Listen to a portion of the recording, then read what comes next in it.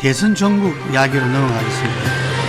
금방 이야기하신 대로 내년 4월 달에는 서울 부산시장 보궐선거가 있고요.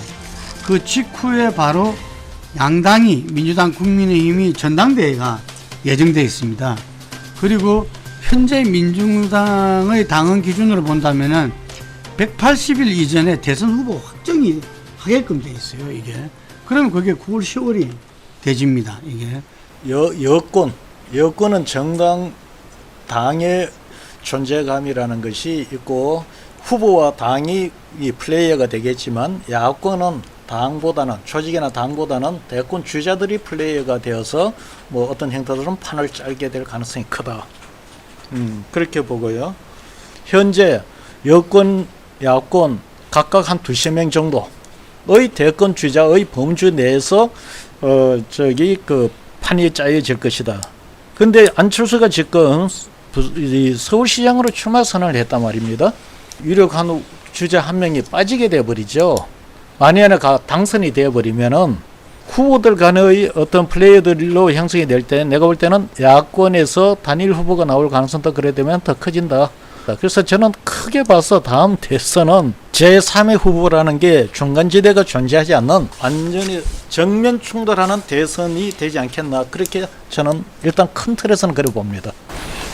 저는 지방선거가 끝나고 나면 여야의 개헌론이 등장하지 않겠느냐, 본격적으로.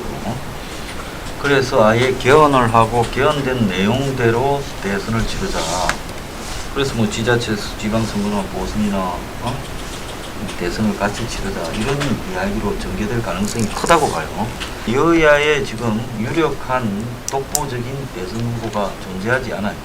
만약에 야당에 있다 하면 야당에서 동전할 가능성이 많지만은 지금 야당의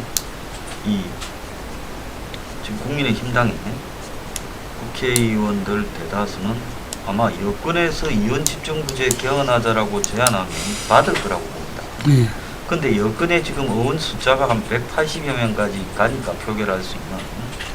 그러니까 여권에서 지금 뭐 우리들 중에 지금 이낙연을 하겠느냐, 이재명을 하겠느냐, 그렇다고 또 새로 하나 발굴을 해서 내서 가야 되겠느냐. 그런 부분에서 아마 청와대 핵심들이 차라리 뭐 개헌을 해서 나중에 정치 보복이 없도록 해버리는, 여야가 무의미한 상황으로 가버리게 되는 게 좋지 않겠냐고 판단을 하게 되고, 여건이 그 부분을 제한하면 지방선거 직후에 아마 제가 봤을 때 지금 국민의힘당이 이걸 받으면서 급속하게 개헌 정국으로 내년에 휩쓸려 가면서 그 개헌에 의해서 대선이 치러질 가능성이 매우 높다, 이렇게 저는 보고 있어요. 물론 국민들로 봐서는 이런 야합식 개헌을 하는 것은 매우 좋지 않다라고 생각합니다. 저는 권력 구조를 개편한다면 저는 찬성할 마음이 있습니다. 찬성할 마음이 있는데 지금 사실 이 촛불로 집권한 그 문재인 정부에 내에서도 소위 말하는 제왕적 대통령제가 갖고 있는 그런 고질적인 폐해들이 그대로 지금 드러나고 있다. 그러한 부분들을 봤을 때는 저는 이런 지금 극한적인 대립과 갈등을 야기하는 이러한 권력 구조는 어떤 식으로든 바뀔 필요가 있다는 생각이 듭니다. 그런데 과연 내년에 이것이 과연 가능할 것인가? 저는 그 가능성은 그렇게 높아 보이지는 않습니다. 지금 왜냐하면 그러니까 이 지금 정치권에 있는 사람들조차도 다들 지금 차기 대선에 지금 다 시선에 쏠려 있는 것이고요.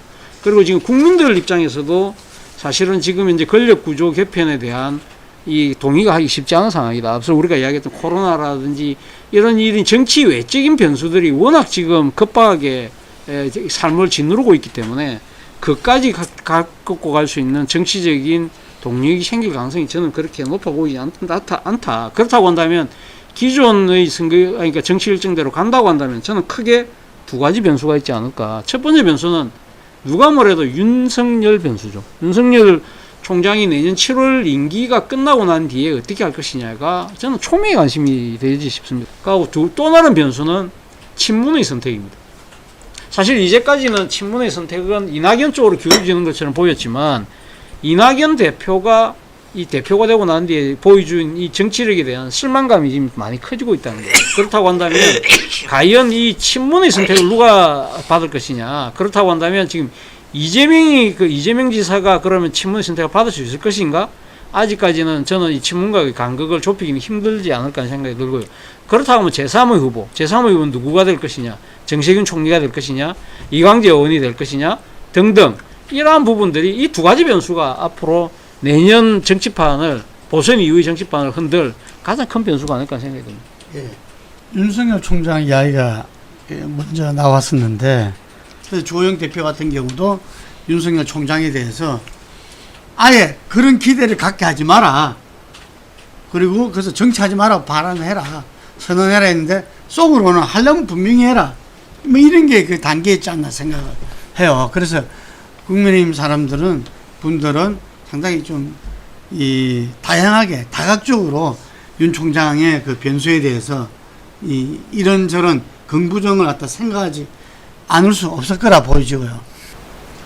네, 그리고 두 번째로 이제 친문의 선택을 이야기했는데 지금 민주주의 4.0이라 그래가지고 본인들이 이야기해요.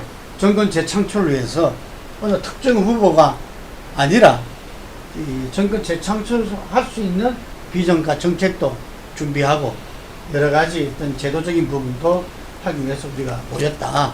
이렇게 이야기하는데 아주 뭐 거의 많은 수가 순식간에 이렇게 모인 걸로 봐가지고는 여전히 이 친문의 선택이 중요하다고 보는데 현재 이해찬 전 대표가 그만두기 전에 대선 룰을 확정하고 그만둘게요. 그 대선 룰은 우리가 노무현 2002년도 그 경선에 국민경선처럼 100% 국민경선제로 확정했답니다. 그래서 이 무슨 권리당원이나 이 사람들은 이 기본적으로 선거인단이 되겠지만 각 후보들이 모집한 선거인단, 그 선거인단에 의해서 이 지역별로 토론회하고 투표하고 이렇게 한다는 겁니다. 그리고 결선 투표가 부여되는 뭐 이런 거라고 합니다. 그래서 지금 언론에는 안 나왔지만 대선을 생각하는 각 후보들은 이렇게 전국적인 어떤 선거인단 모집에 가장 지금 이제 기울이고 있다 그럽니다. 예. 그래서 과연 이 부분이 그 친문의 선택이 결정적인 부분하고 어떤 상관관계가 있겠냐? 저는 그 부분을 2002년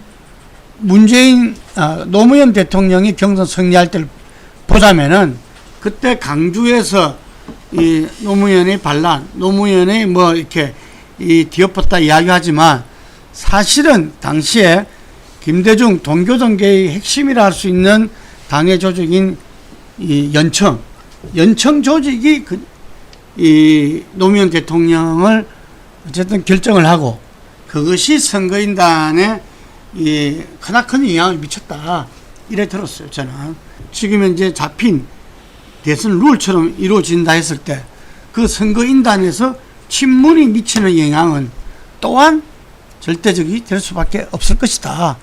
이 민주주의 4.0이 정말 정권 재창출을 이뤄내고 더 나은 대한민국을 가기 위해서는 후보 선정에 있어서 하나의 집단과 세력으로서가 아니라 정말 정책과 인물을 보고 선택하는 그런 결단이 필요하지 않느냐.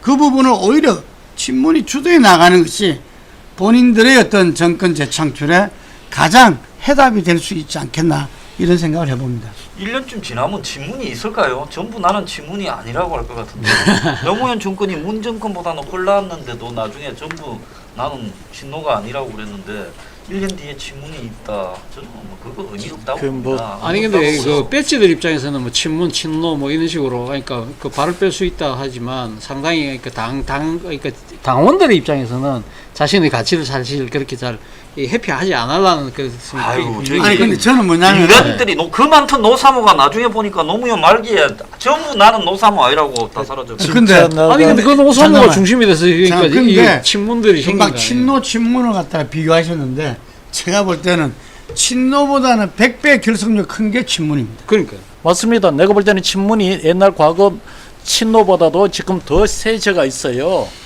해서 국민 경선을 하더라도 더더욱 이것이 완전 국민 경선이 아닌 선거인단을 모아서 하는 거라면은 이 친문의 영향력은 그대로 내가 볼 때는 뭐 큰 영향으로 남을 것이고 결국은 다음 대선은 친문의 선택으로 해야 될 것이다. 마지막에 한 번씩 이 바이든 체제가 등장했는데 거기에 따른 어떤 남북 관계 뭐에 대해서 한 말씀씩만 하고 가도록 하죠.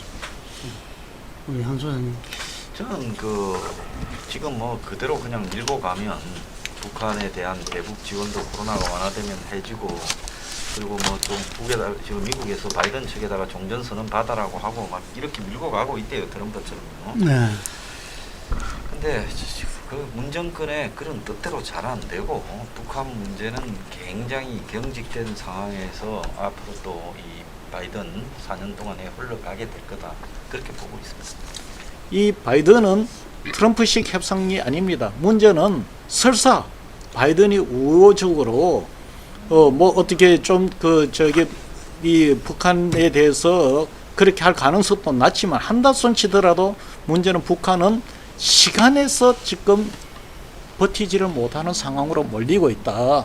제가 볼 때는 남북 관계는 현 상태에서 고착 상태에서 북한이 굉장히 어려운 처지로 갈 거다, 이렇게 봅니다. 저는 두 분하고 전망이 조금 다른데요. 그러니까 지금 아무래도 민주당 행정부, 미국의 민주당 행정부가 바로 앞서 오바마 때는 전략적인 인내를 했지만 그 앞서의 클린턴 행정부는 적극적인 포용 정책을 폈잖아요. 그러니까 인게이지먼트 팔러시를 했는데, 저는 그러니까 오바마 행정부의 전략적인 인내가 상당히 오히려 북한의 핵능력을 키워주는 꼴이 되어버렸다는 부분에 대해서 민주당 내부적으로도 상당히 아마 자성의 목소리가 있는 걸로 알고 있거든요. 그리고 지난번 그러니까 지금 대선 과정에서도 바이든이 뭐라고 이야기했냐면, 김정은과 대화할 수 있느냐, 대화할 수 있는데 그 조건이 북한의 핵능력을 축소하면 할 수 있다는 조건을 달았습니다. 그렇다고 한다면 일각에서 이야기하는 그러니까 선 비핵화 후에 대화하겠다는 뜻은 아니다. 어느 정도 융통성의 그러니까 지금 입장을 내 보인 거라고 한다면 이 부분을 그러니까 문재인 정부가 잘 조금 틈새를 벌리고 해주고 들어간다고 한다면 뭐 양측 간의 그 대화 테이블 자리는 충분히 만들 수 있다는 생각이 듭니다. 저는 이제 바이든 대통령이 누구보다도 외교 전문가다. 상임 외교위원장을 한 20년간이나 했기 때문에 북한에 대해서도 누구보다도 잘 알고 있고, 그 다음에 이분이 김대중 대통령의 햇볕 정책에 대해서 상당히 이렇게 높이 평가하는 그런 분이었다는 이런 부분에서 상당히 문재인 정부도 기대를 이렇게 한편으로는 가질 수 있으나, 현재의 있어 가지고 햇볕 정책에 대해서 바이든에서 외교를 담당하는 분들은 실패한 거 아니냐, 이런 분석도 있다고 합니다. 예, 그래서 이 북의 관계는 아마 트럼프처럼 올와 나신 게임으로는 되지 않지 않겠느냐. 그래서 이것은 외교팀과 그리고 정말 중재자로서 역할을 하던 본인들이 어떤 북미 관계에서 어떤 역할을 하기 위해서는 치밀한 준비와 그리고 스텝 바이 스텝으로 나갈 수 있는 그런 아주 세세한 어떤 협상이 이루어져야 되지 않느냐. 예, 그런 측면에서 김정은 위원장도 좀 현실을 갖다가 이렇게 제대로 받아들이면서 하나의 현실주의고 구체적인 어떤 그런 협상에 나서야 될 거다, 이렇게 보여집니다. 네, 오늘 12월 전국자담회는 여기까지 하겠습니다. 감사합니다. 감사합니다.